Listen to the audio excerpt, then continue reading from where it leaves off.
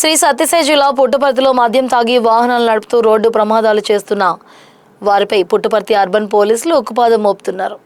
ఒక నెలలోనే మద్యం మత్తులో రోడ్డు ప్రమాదాలు చేసి 2 రోడ్లు ప్రమాదాలు 3 మృతి చెందడంపై ఆగ్రహించిన సిఐ యువరాజ్ మద్యం తాగి వాహనాలు నడుపుతున్న వారిని డ్రంక్ అండ్ డ్రైవ్లో అదుపులోకి తీసుకొని వారిపై పోలీసులు కొరడ జుల్పించారు.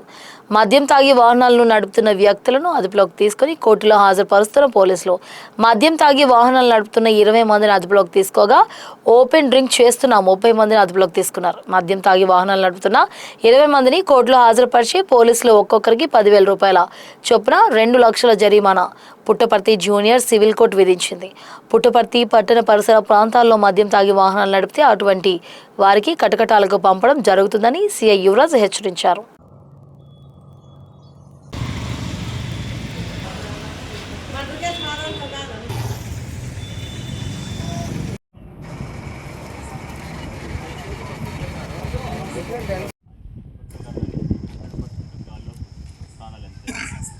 ఎందుకంటే డ్రైవర్ ఎక్కువ ఉంటేనే మీకు కాన్వెన్స్ ఎక్కువ ఉంటాయి. పైన ఏమంటారంటే నిన్న మధ్యాహ్నం మాత్రం తాగినంత నిన్న మధ్యాహ్నం తాగినాడు, నిన్న పొద్దున్న తాగినాడు, కంటెంట్ బట్టి ఉంటుంది. నిన్న పొద్దున్న తాగిన కంటెంట్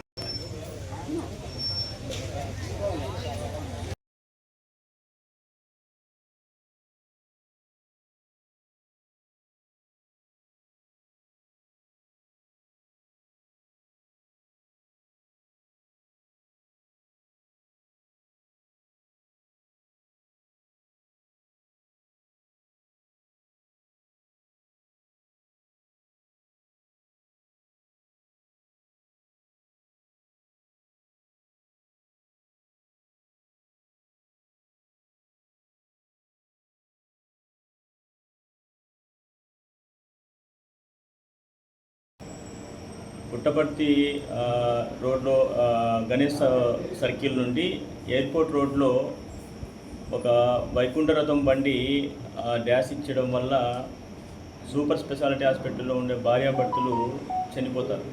సో ఆ 2 పిల్లలు కూడా అనాథలు అవుతారు.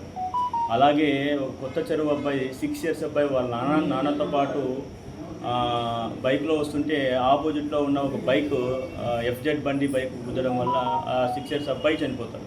ఈ 2 కేసుల్లో కూడా నేను వచ్చిన తర్వాత జరిగినవి. సో ఎందుకు ఇప్పుడు మనం ఏదైతే బైక్ నడిపేటప్పుడు తాగి నడపొద్దండి అని చెప్పి ఎందుకు చెప్తామంటే ఖచ్చితంగా ప్రాణాలు పోవడానికి 99% అవకాశం ఉంటుంది తాగి నడపడం వల్ల.